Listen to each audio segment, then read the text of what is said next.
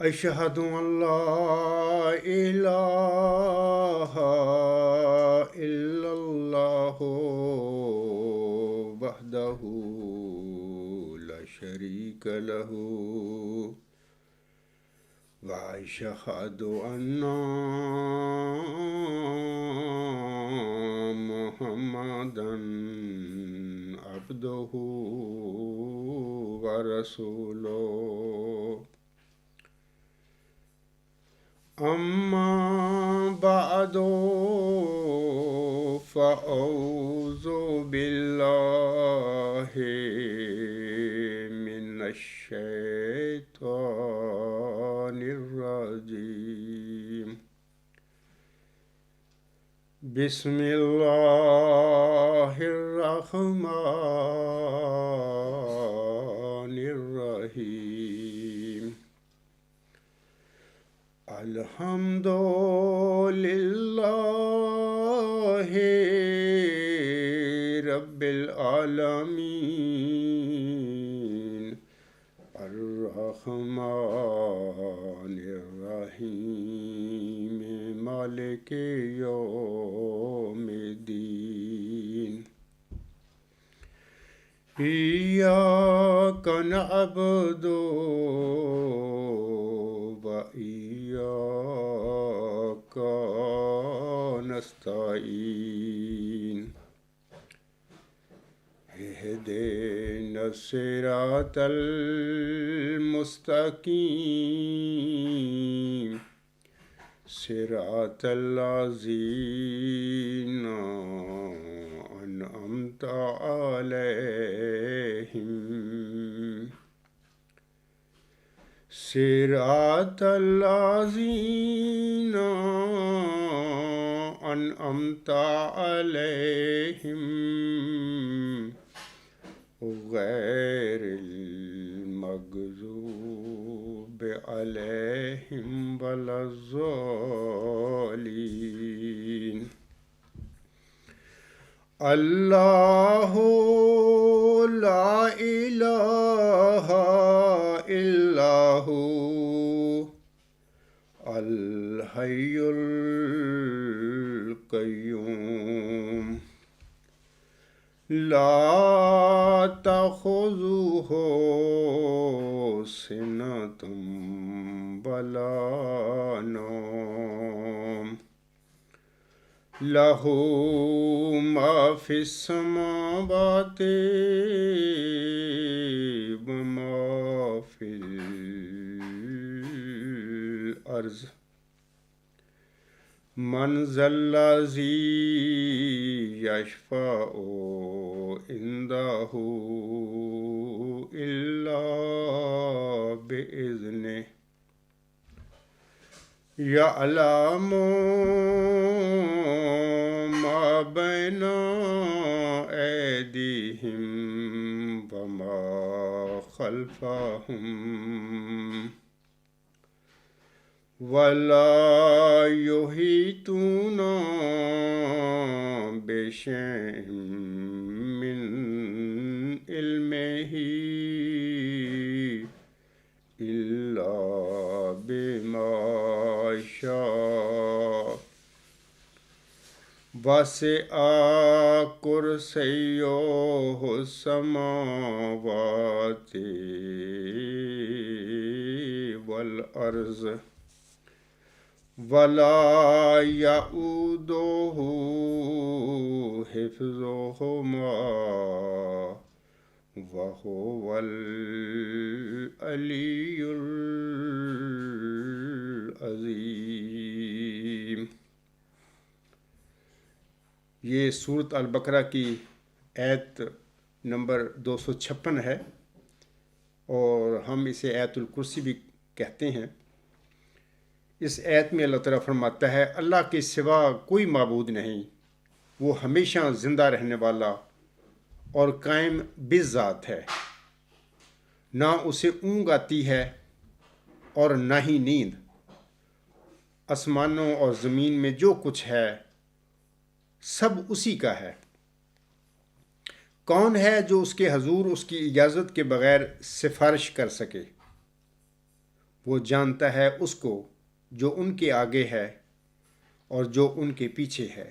یعنی انسان جو ہیں، کوئی بچہ ہے، کوئی جوان ہے یا بڑا ہے، اس نے مرنے تک جو کچھ کرنا ہے اللہ کے علم میں ہے.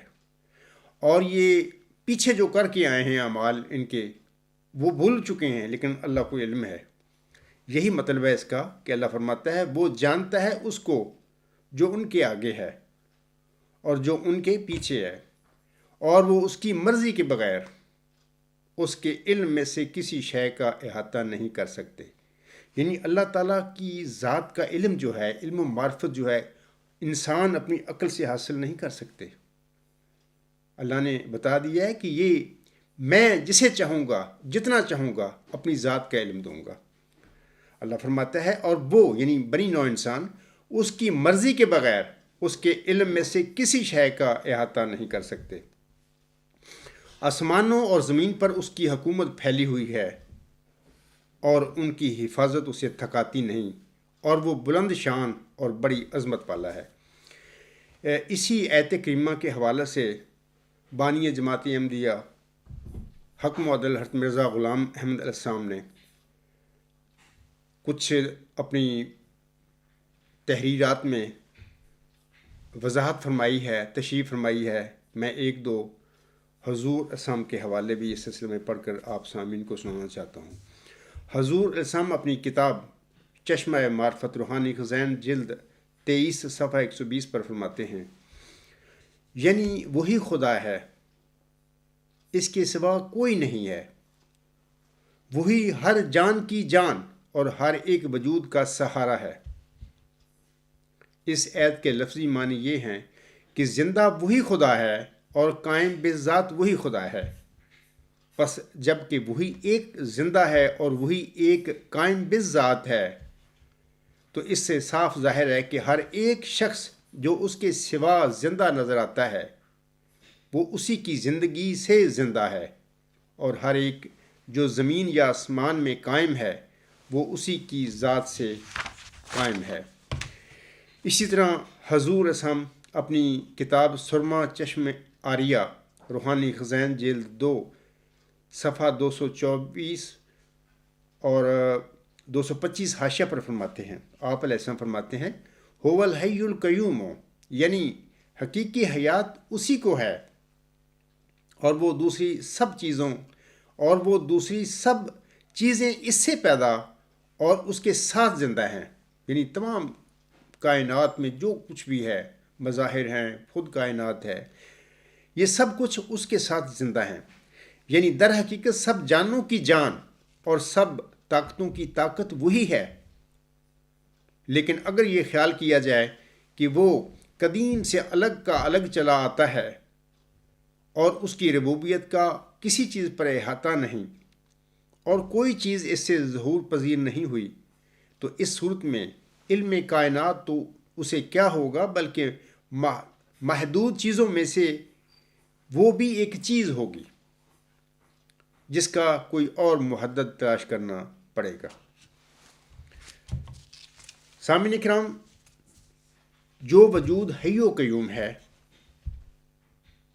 اور جس کے متعلق حضرت مرزا غلام احمد السلام فرماتے ہیں کہ وہ سب جانوں کی جان اور سب وجودوں کا سہارا ہے، وہ ایک وراء الورا وجود ہے. اور یہ بھی یاد رکھیں کہ وہ سوائے اعلیٰ انتہائی ہماگیر حق کے، سپریم الٹیمیٹ یونیورسل ٹروتھ کے اور کوئی وجود نہیں ہو سکتا.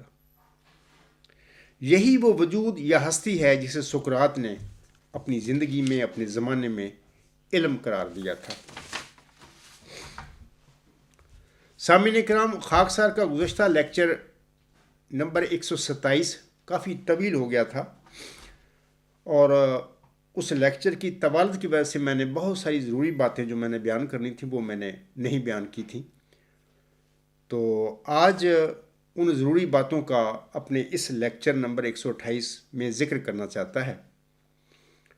اور اس طرح آج کا یہ لیکچر نمبر 128 خاکسار کے گزشتہ لیکچر نمبر 127 کا ضمیمہ یا حصہ دوم کہہ سکتے ہیں۔ خاک صاحب نے گزشتہ جو اپنا لیکچر تھا 127 میں نے بڑی تفصیل کے ساتھ سامعین کو بتایا تھا کہ سقراط کے متعلق میں نے چند جو نامی ماہرین فلسفہ ہیں یا دنیا میں جانے پہچانے نام ہیں ان کا ذکر بھی کیا تھا۔ مثال کے طور پر برٹرینڈ رسل کی میں نے مثال دی تھی، ان کا ایک کوٹیشن بھی پڑھی تھی۔ اس طرح پروفیسر گریگری ولسٹاس اور پروفیسر ڈاکٹر لوئس ناویہ کا میں نے ذکر کیا تھا، ان کی میں نے حوالے پڑھے تھے۔ یہ سب مانتے ہیں، بلکہ فلسفہ کی تاریخ میں اس بات پر اتحاد اور اجماع ہے کہ وہ ہسٹوریکل جو سقراط تھا اس کے متعلق بہت کم علم ہے لوگوں کو۔ وہ سقراط کیا تھا، اس کے نظریات کیا تھے، ان پر دراصل پردہ پڑا ہوا ہے آج تک۔ اور بعد ازاں یعنی سقراط کے بعد اصل سقراط جو تھا اسے افراط و تفریط کی رداؤں میں لپیٹ دیا گیا ہے۔ سقراط کے شاگرد افلاطون نے جو نظریہ، تصورات یا امثال پیش کیا ہے دنیا کے آگے، جس کا اپنے گزشتہ لیکچر نمبر 127 میں بھی میں نے ذکر کیا تھا، یہ سب اس نے سقراط کے نیکی کے تصور کی ماہیت کی تلاش میں لکھا تھا۔ جس طرح افلاطون سقراطی نیکی کی ماہیت کی تلاش میں کسی اور طرف نکل گیا، میں نے اس کا گزشتہ لیکچر میں ذکر کیا تھا، اسی طرح ارسطو نے بھی سقراط کے نظریہ علم کو غلط کہا تھا۔ یہ میں نے اپنے گزشتہ لیکچر میں نے کوٹیشن پیش کی ہیں سب کی، یہ جو ان باتوں کی جو میں کہہ رہا ہوں۔ تو سقراط کے نظریہ علم یعنی ورچوئز نالج کو ارسطو کا ایرونیس یعنی غلط کہنا بھی ارسطو کی یہ غلطی ہے، یعنی اس نے یہ غلطی کر لی۔ افلاطون نے تو یہ کی کہ وہ نیکی کی ماہیت، اپنے استاد کی نیکی کی جو تصور تھا اس کی ماہیت کو ڈھونڈتے ڈھونڈتے کسی اور طرف نکل گیا۔ لیکن ارسطو جو افلاطون کا شاگرد تھا اور اس نے اس سقراط کا یہ عظیم و شان اصل میں نظریہ علم ہے، ورچو از نالج، اس کے متعلق بھی کہہ دیا کہ یہ غلط ہے، یہ ارسطو کی غلطی تھی۔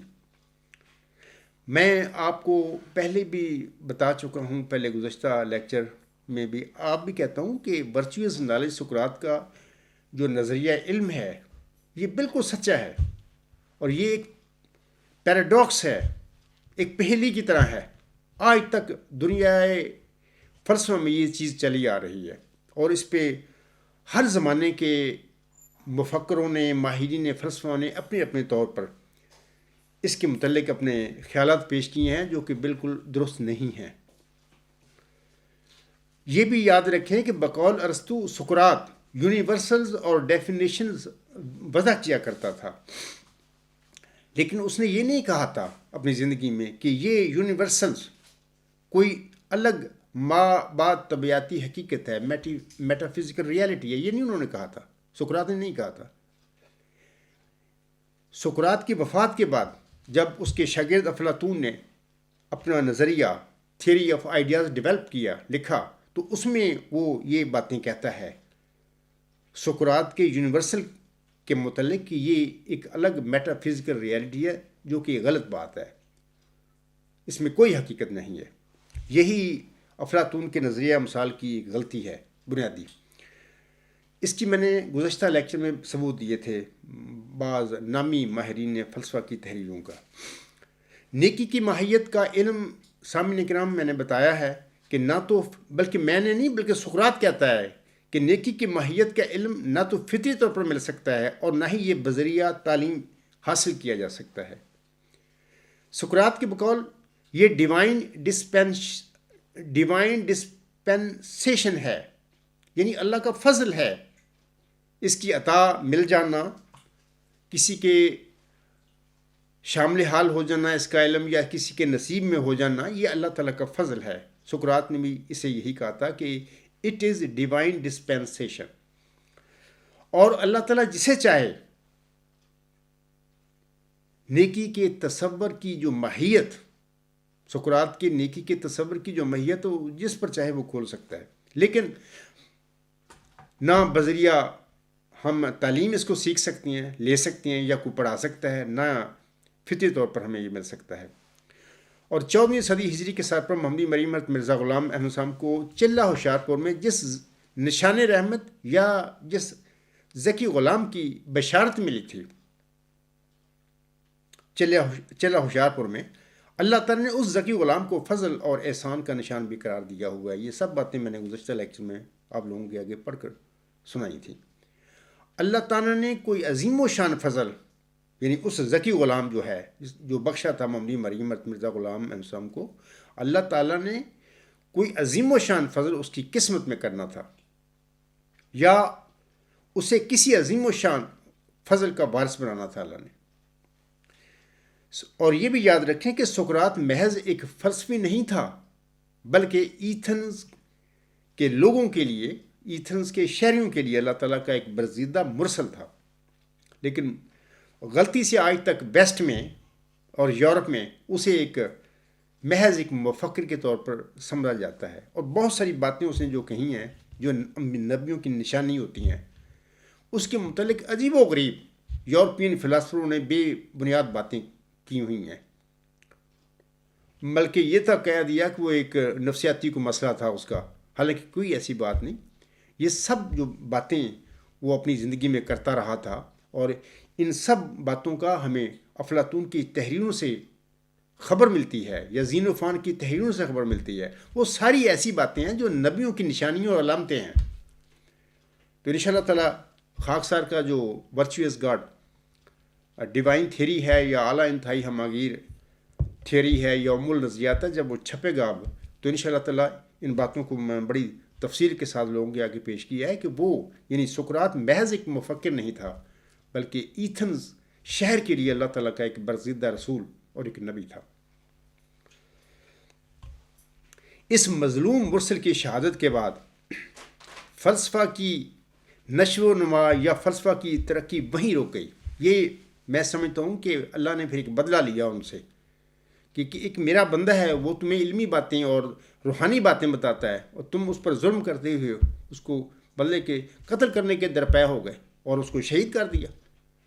تو اس کے بعد یہ ہوا کہ اس کی شہادت کے بعد کہ فلسفہ کی جو نشو و نما ہے یا ترقی ہے وہ وہیں پہ رک گئی۔ اور میں دلائل سے یہ بات ثابت کر کے دکھاتا ہوں لوگوں کے آگے کہ نہیں، اس کے بعد پھر اس کا شاگرد افلاطون، اس کے متعلق میں نے بتا دیا ہے کہ اس نے جو نظریہ ڈیولپ کیا وہ بھی غلطی ہے، وہ کہیں اور نکل گیا، اور افلاطون کا شاگرد ارسطو بھی کسی اور جگہ نکل گیا۔ لیکن میں یہ کہہ دیتا ہوں لوگوں کو کہ یہ دونوں وجود جو ہیں، افلاطون اور ارسطو، اپنے زمانے کے مایہ ناز لوگ تھے، بڑے ذہین تھے، اور ان کو، یعنی افلاطون کو تو صحبت رہی ہے سقراط کی، اور افلاطون کی صحبت ارسطو کو حاصل تھی، اور بڑے نامی لوگ تھے۔ ان دونوں میں سے بھی، افلاطون اور ارسطو میں سے بھی ارسطو جو ہے باقی ایک ذہین آدمی تھا۔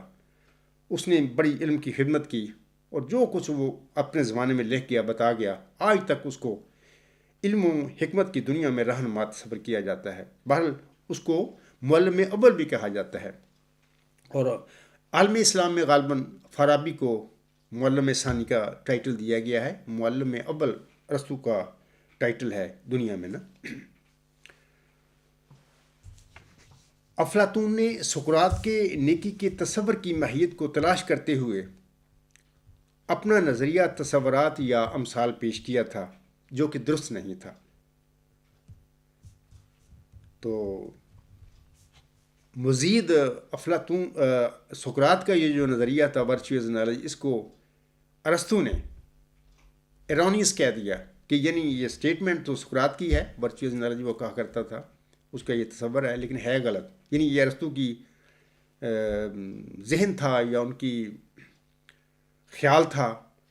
تو یہ میں سمجھتا ہوں کہ یہ بھی ان کی غلطی تھی ارسطو کی، کہ وہ بالکل سچا سٹیٹمنٹ ہے اور وہ نظریہ علم ہے، لیکن ان کی حقیقت نہ ارسطو پر کھلی، نہ افلاطون پر کھلی، نہ چلتے چلتے دنیا کی جو فلسفہ کی تاریخ ہے، آپ سٹڈی کریں، دیکھیں، کھنگالیں، آپ کو کہیں نہیں ملے گی۔ تو آگے میں چل کر بتاؤں گا کہ پھر اس کے ساتھ پھر آج کل پھر کیا 15ویں صدی ہجری کے سر پر کیا ہوا۔ سامعین کرام، اب میں آپ کو بتانا چاہتا ہوں کہ حضرت مرزا غلام احمد صاحب نے چلہ ہوشیارپور میں دین اسلام کی فتح اور غلبے کے لیے جو دعائیں کی تھیں اللہ کے حضور، ایک نشان مانگا تھا، تو اس کے جواب میں اللہ تعالیٰ نے چلہ ہوشیارپور میں اپنے ملہم کو جواباً فرمایا تھا کہ میں تجھے ایک رحمت کا نشان دیتا ہوں، اسی کے موافق جو تو نے مجھ سے مانگا۔ سو میں نے تیری تذرات کو سنا اور تیری دعاؤں کو اپنی رحمت سے بپایا قبولیت جگہ دی، اور تیرے سفر کو، بریکٹ میں ملہم لکھتا ہے جو ہوشیارپور اور لدھیانہ کا سفر ہے، تیرے لیے مبارک کر دیا۔ سو قدرت اور رحمت اور قربت کا نشان تجھے دیا جاتا ہے، فضل اور احسان کا نشان تجھے عطا ہوتا ہے، اور فتح اور ظفر کی کلی تجھے ملتی ہے۔ اے مظفر، تجھ پر سلام، خدا نے یہ کہا تھا، وہ جو زندگی کے خواہاں ہیں موت کے پنجہ سے نجات پامیں، اور وہ جو قبروں میں دبے پڑے ہیں باہر آمیں۔ لمبی الہامی پیشگوئی ہے واقعان امر مقضیہ تک۔ تو اس میں اللہ تعالیٰ نے نشان رحمت کے دینے کا وعدہ فرمایا ملہم کے ساتھ۔ ملہم کون تھا؟ وہ محمدی مریم ہے، امت محمدیہ میں حضرت مرزا غلام احمد علیہ السلام، اس سے وعدہ فرمایا، اور پھر بعد میں اللہ تعالیٰ نے اسی الہامی پیشگوئی میں دو وجودوں کا ذکر کیا ہوا ہے۔ وہ اس طرح کہ سو تجھے بشارت ہو کہ ایک بچی اور پاک لڑکا تجھے دیا جائے گا۔ آگے اللہ فرماتا ہے ایک ذکی غلام تجھے ملے گا۔ ذکی غلام کے آگے ملہم اپنی قلم سے لڑکا لکھتا ہے بریکٹ میں۔ آگے اللہ فرماتا ہے لڑکے کے متعلق، وہ لڑکا تیری ہی تخم سے اور تیری ہی ذریت نسل ہوگا۔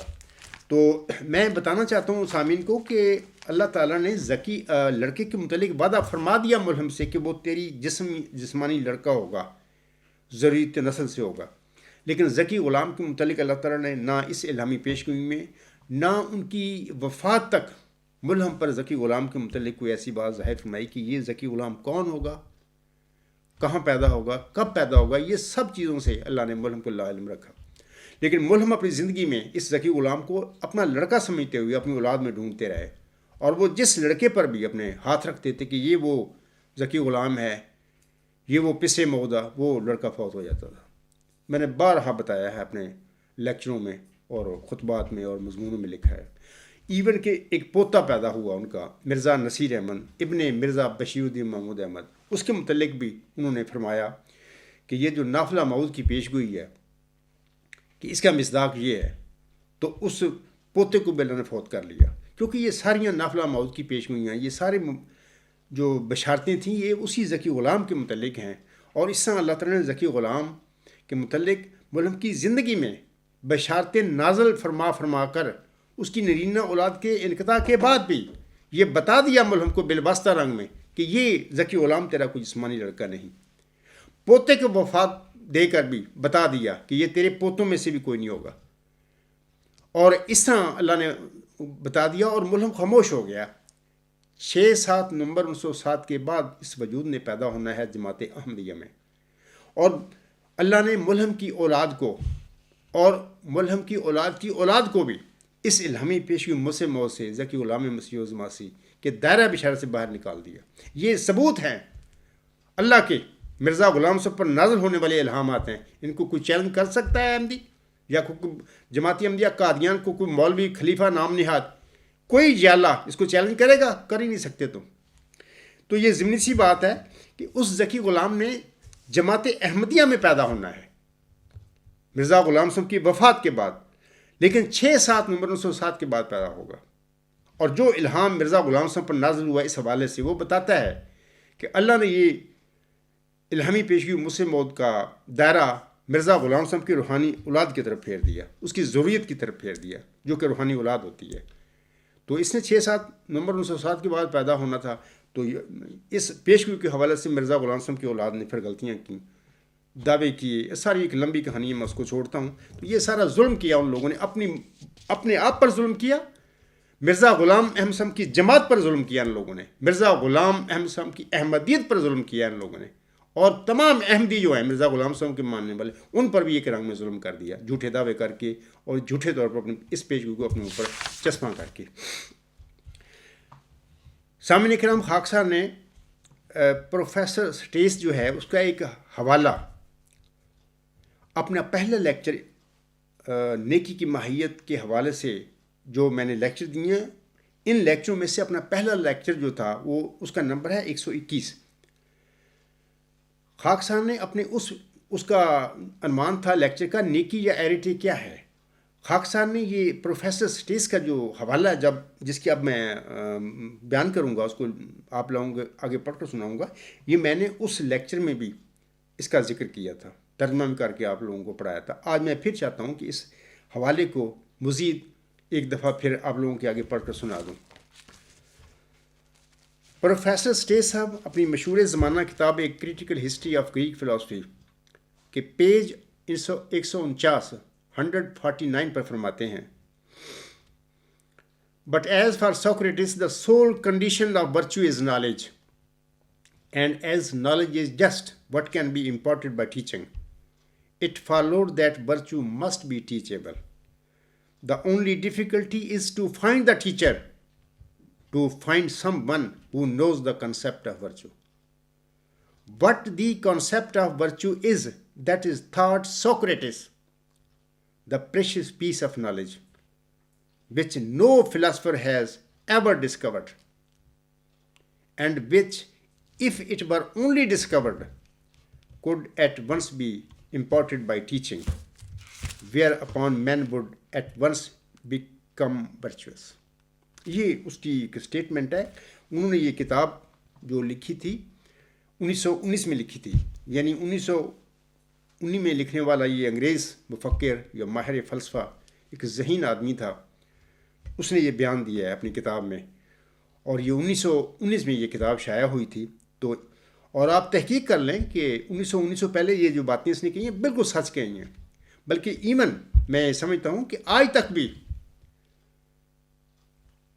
یہ جو انہوں نے کہا ہے نا کہ کسی معلم نے، ابھی میں ترجمہ بھی پڑھ کر سناؤں گا ان کے الفاظ کا، کسی معلم کو ایسا ہم تلاش میں ہیں، ہم سمجھتے ہیں کہ کوئی ایسا انسان ملے کہ جو سقراط کے تصور کو، نیکی کے تصور کو بتائے، ہمیں اس کی ماہیت بتائے جس کو اس نے علم قرار دیا تھا. ابھی تک کوئی نہیں. اس عاجز سے پہلے کوئی بندہ دنیا فلسفہ میں کوئی ایسا نہیں ملتا کہ جس نے سقراط کے اس تصور، نیکی کے تصور جسے اس نے علم قرار دیا تھا، کہ اس نے ماہیت لوگوں کے آگے بیان کی ہو، اور اس رنگ میں بیان کی ہو کہ وہ ان چیلنجیبل ہو. تو یہ سٹیس صاحب لکھتے ہیں اپنے اس حوالے میں، اقتباس میں. میں جو اردو جاننے والے حضرات ہیں ان کے لیے اس کا ترجمہ کر دیتا ہوں. سٹیس صاحب فرماتے ہیں، لیکن جیسا کہ سقراط کے لیے نیکی کی تنہا شرط اس کا علم ہونا ہے، اور جیسا کہ علم قطعی ہے جس کو بذریعہ تعلیم سکھایا جا سکتا ہے، اس سے معلوم ہوا کہ نیکی بھی قابل تعلم ہونی چاہیے. مشکل صرف یہ ہے کہ کسی معلم کو ڈھونڈا جائے جو نیکی کے تصور کو جانتا ہو. نیکی کا وہ تصور جسے سقراط نے سوچا اور جو علم کا انمول جز ہے، جس کو کسی مفکر نے آج تک دریافت نہیں کیا، اور اگر کبھی وہ دریافت ہو گیا تو فوراً اسے پڑھایا جائے گا، اور اس طرح انسان فوراً نیک ہو جائیں گے. یعنی سقراط کے، یہ ان کے الفاظ کا ترجمہ ہے، یعنی سقراط کے نیکی کے تصور کو جاننے کے بعد دراصل دنیا کے آگے مذہب علمی رنگ میں پیش ہوگا. یہ سٹیس صاحب کی عبارت کا خلاصہ ہے. اور پھر علمی رنگ میں کوئی چیز جب لوگوں کے آگے آئے تو اس کے ماننے میں پھر لوگوں کو کوئی عذر نہیں ہوتا. وہ آسانی سے اس کو مذہب ہو یا جو بھی ہو وہ مان لیتے ہیں. تو سامعین سن لیا ہے کہ سٹیس صاحب نے تو یہ کہہ دیا کہ 1919 تک کسی انسان نے نیکی کے، سقراط کے نیکی کے تصور کا جو ماہیت ہے بیان نہیں کی تھی. سقراط نے جس نیکی کے تصور کو پیش کیا تھا، جس کی ماہیت وہ ساری زندگی خود تلاش کرتا رہا، لیکن اسے خبر نہ ہوئی. وہ لوگوں کے سوال کرتا تھا کہ مجھے بتاؤ کہ what is virtue, what is arity. لوگ نیک کاموں کی فہرست پیش کر دیتے تھے، نیک کام گنوانا شروع کر دیتے تھے. وہ کہتا تھا کہ نہیں یار، میں نیک کاموں کے متعلق نہیں پوچھ رہا، میں نیکی کا تصور، what is the concept of virtue, وہ مجھے بتاؤ. تو وہ زندگی بھر خاموش رہا. اور سقراط کی اپنے نیکی کے تصور کے حوالے سے صرف اتنی رہنمائی موجود ہے فلسفہ کی تاریخ میں، فلسفہ کی دنیا میں، کہ اس نے اسے علم قرار دیا، ورچوئس نالج.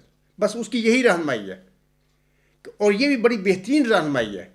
ایک لحاظ سے بہت زبردست وہ علم و حکمت کی خدمت کر کے گیا ہے، یہ فرما کر کہ نیکی علم ہے. فلسفہ کی معلوم تاریخ میں سامعین کرام آج تک بشمول افلاطون اور ارسطو کے کسی فلسفی یا کسی مذہبی عالم نے سقراط کے نیکی کے اس تصور کی ماہیت بیان نہیں کی جس کا خاکسار اپنے گزشتہ جو 7 لیکچر ہیں، لیکچر نمبر 121 سے لیکچر نمبر 127 تک جو میں نے بیان کی ہے. یہ اس عجز پر احسان اللہ نے کیا کہ خاکسار کو اللہ تعالیٰ نے سقراط کے نیکی کے اس تصور کی ماہیت مجھ پر کھولی اور میں نے بیان کی. اور یہ بھی یاد رکھیں کہ امت محمدیہ میں اللہ تعالیٰ کا یہ فضل حضرت محمد مصطفیٰ احمد مجتبیٰ صلی اللہ علیہ وسلم کے ایک ادنا غلام اور محمدی مریمت مرزا غلام احمد صاحب کے روحانی فرزند مئو ذکی غلام کی قسمت میں لکھا ہوا تھا، جس کی بشارت اللہ تعالیٰ نے چلہ ہوشیارپور میں محمدی مریمت مرزا غلام احمد صاحب کو بخشی تھی. ذالک فضل اللہ یؤتی ہے من یشاء واللہ ذو الفضل العظیم. سامعین کرام، الہامی پیشگوئی ذکی غلام مسیح عظمیٰ یا مسلم موعود میں ذکی غلام کی کچھ مرکزی علمی قطعی اور الہامی نشانیوں کا ذکر ہے. اب میں اس کے متعلق کچھ باتیں آپ لوگوں کو بتاؤں گا، کیونکہ حضرت مرزا غلام صاحب کو ماننے والوں کو چاہیے تھا کہ انہی علمی الہامی قطعی نشانیوں میں اس مسلم موعود کو ڈھونڈتے ذکی غلام کو. لیکن وہاں پر تو بات ہی کچھ اور ہوگی نا. جن لوگوں نے قبضے کرنے تھے انہوں نے مرزا غلام صاحب کی تعلیم کو سائڈ پر کر دیا کہ اب وہ فوت ہو چکے ہیں، بس اب ہم جانیں، ہمارا کام جانیں، ہم جو کریں گے وہی ٹھیک ہوگا. یہ ان کی غلطی تھی. یہ انہوں نے سخت مرزا غلام صاحب کے ساتھ زیادتی کی اور اس کی احمدیت اور اس کے مشن کے ساتھ زیادتی کی. اور آج تک مرزا غلام صاحب کے ماننے والے جو احمدی بیچارے ہیں ان کے دجل میں پھنسے ہوئے ہیں، اور وہ ہے مرزا غلام صاحب کی اپنی اولاد. تو میں ان نشانیوں کا ذکر کرتا ہوں کہ اللہ تعالیٰ فرماتا ہے اس پیشگوئی میں جو مرکزی علمی نشانیاں اس ذکی غلام کی بتاتا ہے. اللہ فرماتا ہے وہ سخت ذہین و فہیم ہوگا اور دل کا حلیم اور علوم ظاہری و باطنی سے پر کیا جائے گا، اور وہ 3 کو 4 کرنے والا ہوگا. اس کے معنی سمجھ میں نہیں ہے. ملہم لکھتا ہے اپنی پیشگوئی میں، اپنی بریکٹ میں لکھتا ہے دوشنبہ ہے مبارک دوشنبہ فرزند دل بند گرامی ارجمند مظہر الاول والآخر مظہر الحق والعلا کأن اللہ نزل من السماء. سامعین کرام، یہ جو مرکزی قطعی علمی جو نشانیاں ہیں اور الہامی الفاظ ہیں سارے، یہ اس وجود کی نشانیاں ہیں اس میں جو اللہ نے اس ذکی غلام میں اس کے وجود میں پوری کرنی تھی. آپ بالکل میرے 7 لیکچر سن لیں، لیکچر نمبر 121 سے لے کر 127 تک. آج کا لیکچر بھی جو ہے 8واں لیکچر ہے، لیکچر نمبر 127 انہی لیکچروں کا ہی ایک حصہ ہے. آپ ڈھونڈیں جو باتیں میں نے نیکی کی ماہیت کے حوالے سے بیان کی ہیں، ان 7 جو لیکچر ہیں وہ ساری باتیں جو ابھی میں نے مرکزی علمی قطعی نشانیاں ذکی غلام کی جو میں نے بتائی ہیں، اللہ نے فرمایا تھا مرزا غلام صاحب کو یہ اس کی نشانیوں، وہ ساری اس میں آ جاتی ہیں. میرے لیکچر وہ 121 سے لے کر آج کے لیکچر تک بار بار سنو. آپ لوگوں کو یہ جو میں نشانیاں مرکزی علمی قطعی الہامی نشانیاں جو میں نے پڑھ کر سنائی ہیں، یہ ساریاں وہاں پر موجود ہوں گی. اس عاجز کے لیکچروں میں، اس عاجز کی تحریرات میں، اس عاجز کے وہ تھیسز میں، وہ جو الہام اللہ نے مجھ پر نازل فرمایا ورچوئس گاڈ. اور پھر یہ بھی بتایا کہ اے عبدالغفار، یہ الہی نظریہ ہے جو بالکل سچا ہے، اور یہی نظریہ اعلیٰ انتہائی ہمگیر نظریہ ہے، اور یہی نظریہ ام النظریات ہوگا. تو یہ باتیں میں اللہ سے علم پا کر میں بتا رہا ہوں لوگوں کو. تو یہ جو مرکزی علامتی ہیں آپ چیک کریں. تو جب یہ اور پھر یہ بھی یاد رکھیں، علم و حکمت، ابھی میں نے سورۃ البقرہ کی آیت نمبر 256 کی میں نے تلاوت کی ہے، اور اس میں اللہ تعالیٰ کی یہ فرمایا ہے، اللہ نے فرمایا ہے ولا یحیطون بشیء من علمہ الا بما شاء، اور وہ اس کی مرضی کے بغیر اس کے علم میں سے کسی شے کا احاطہ نہیں کر سکتے۔ تو یہ جو مرکزی علمی قطعی الہامی نشانیاں اس ذکی غلام کی ہیں، وہ ساریاں ذات باری تعالیٰ کا جو علم ہے اس کے متعلق ہیں۔ ورچوئس گاڈ کا الہام ہی اللہ تعالیٰ کی ذات کے بارے میں ہے کہ سقراط نے جس نیکی کو علم قرار دیا تھا، اللہ نے مجھے بتا دیا اس الہام کے ذریعے، ورچوئس گاڈ کے ذریعے، کہ وہ خدا ہے۔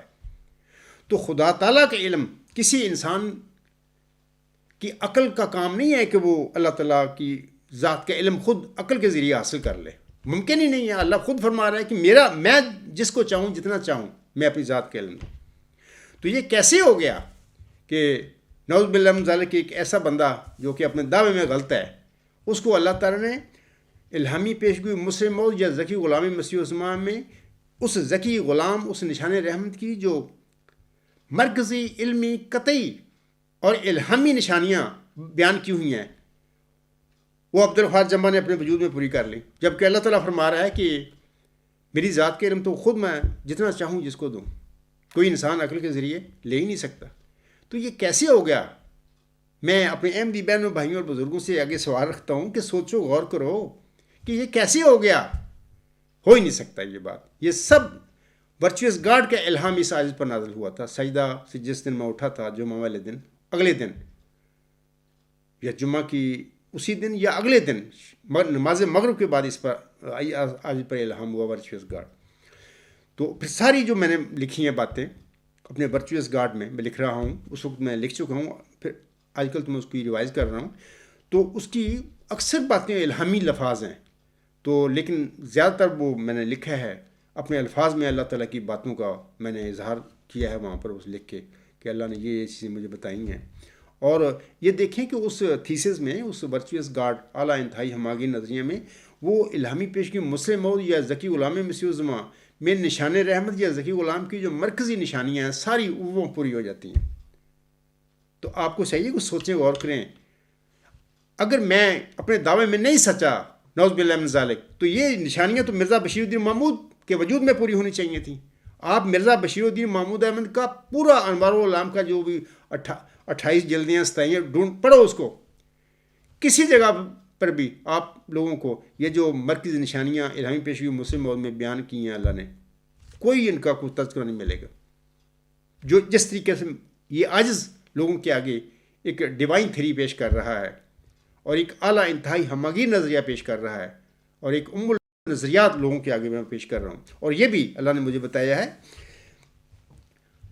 ورچوئس گاڈ سے آگے نظری طور پر بڑھنا ممکن نہیں ہے۔ تبھی تو میں کہتا ہوں اس کو کہ اعلیٰ انتہائی ہماگیر نظریہ، اعلیٰ انتہائی ہماگیر نظریہ وہی ہو سکتا ہے جس سے آگے بڑھنا ممکن نہ ہو لوگوں کے لیے، کسی انسان کے لیے بڑھنا ممکن نہیں ہے، اور وہی نظریہ جو اعلیٰ انتہائی ہماگیر نظریہ ہوگا وہی مدر آف تھیریز ہوگا، وہی النظریات ہوگا۔ یہ باتیں اللہ نے مجھ پر انکشاف فرمائی ہیں۔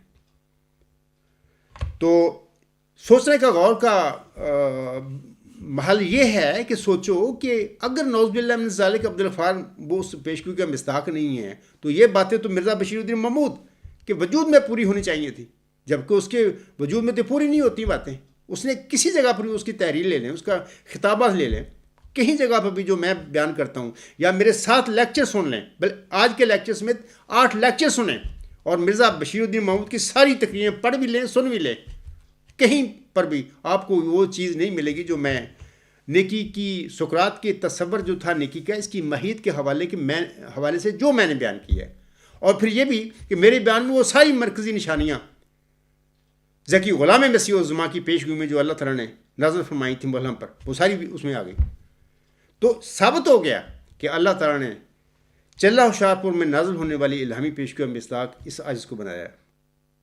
اللہ تعالیٰ جس کو مصداق بناتا ہے تو پھر اس کے ثبوت بھی دیتا ہے، اس بندے کے وجود میں پورا کر دیتا ہے۔ بشیر الدین محمود کو وہ تو اللہ نے لڑکے کے طور پر دیا ہی نہیں، ملہم ڈھونڈتا رہا کہ اب میری اولاد میں سے، میرے لڑکوں میں سے کو ہوگا۔ یہ ڈھونڈنا کوئی گناہ نہیں ہے، انہوں نے خیال کیا۔ تو یہ ایک لمبی کہانی ہے، میں اکثر اپنے خطبات اور لیکچر میں بیان کر چکا ہوں، میری تحریر میں موجود ہیں کہ کیا وجہ تھی جس کی وجہ سے مرزا غلام صاحب اس وجود کو، ذکی غلام کو اپنی اولاد میں، اپنے لڑکوں میں ڈھونڈتا رہا، وہ کی وجہ ہے اس کی. اللہ نے پھر نہیں دیا، لڑکے دیتا رہا، جتنے لڑکے چاہیں اللہ نے دینے تھے وہ دے کے. اس کے بعد الہامی بشارات جو تھیں ذکی غلام کے حوالہ سے، اس کا سلسلہ جاری رکھا اللہ نے، اور اس طرح بتا دیا ملک کو بالواسطہ رنگ میں بھی یہ تیرا لڑکا نہیں ہے. لڑکا دیا ہی نہیں. پھر بعد میں جس پوتے کے متعلق فرما دیا ملہم نے سمجھا، اس کو بھی مطلب کہ فوت کر لیا. اور آخر پہ انہوں نے اپنے چوتھے لڑکے پر قطعی طور پر مرزا بشیر الدین محمود احمد تو اس پیشگوئی کے قریب سے بھی نہیں گزرتا. مرزا غلام صاحب کی تحریروں کی میں بات کر رہا ہوں. تو چوتھے لڑکے کو انہوں نے جب مبارک کے متعلق یہ سمجھا کہ یہی وہ لڑکا چین کو چار کرنے والا، اور یہی وہ مولود مسعود ہے، اور یہی وہ مطلب کہ الہامی پیشگوئی 20 فروری کی جو ہے اس میں یہ اس کا وعدہ دیا گیا ہے، وہ بھی جب 7 سال کا ہو گیا، اللہ کے علم میں وہ بھی نہیں تھا.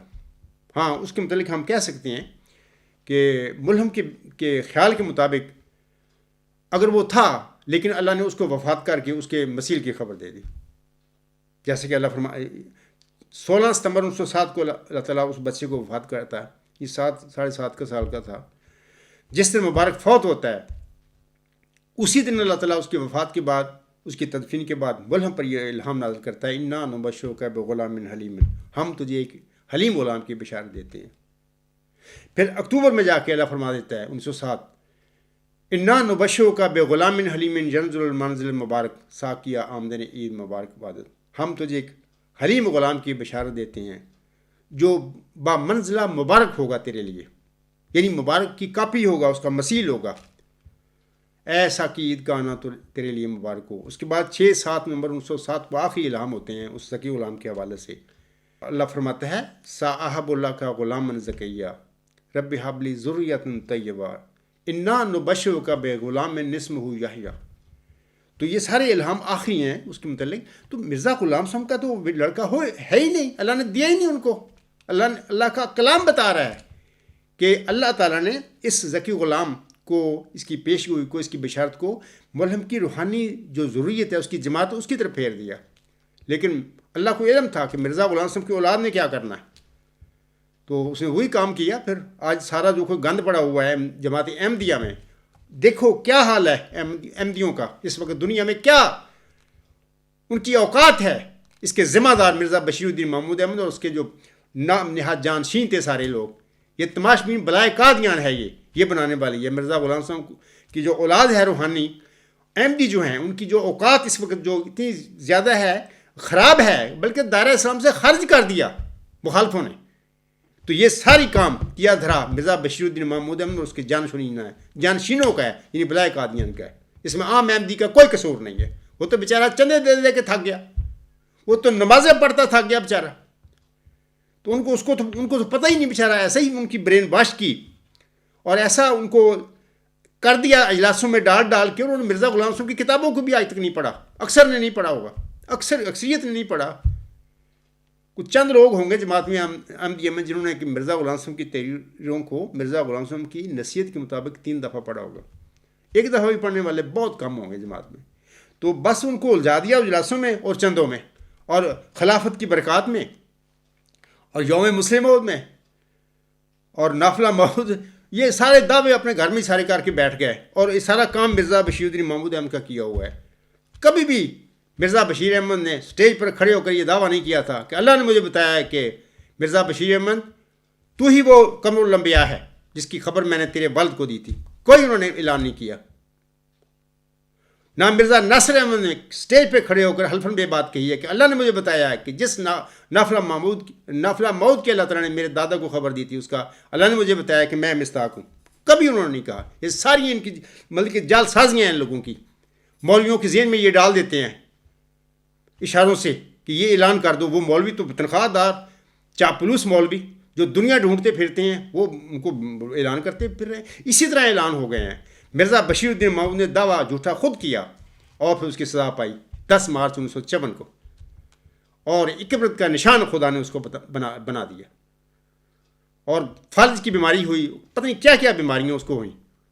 اور فالج کی بیماری کو مرزا غلام صاحب فرماتے ہیں دکھ کی مار.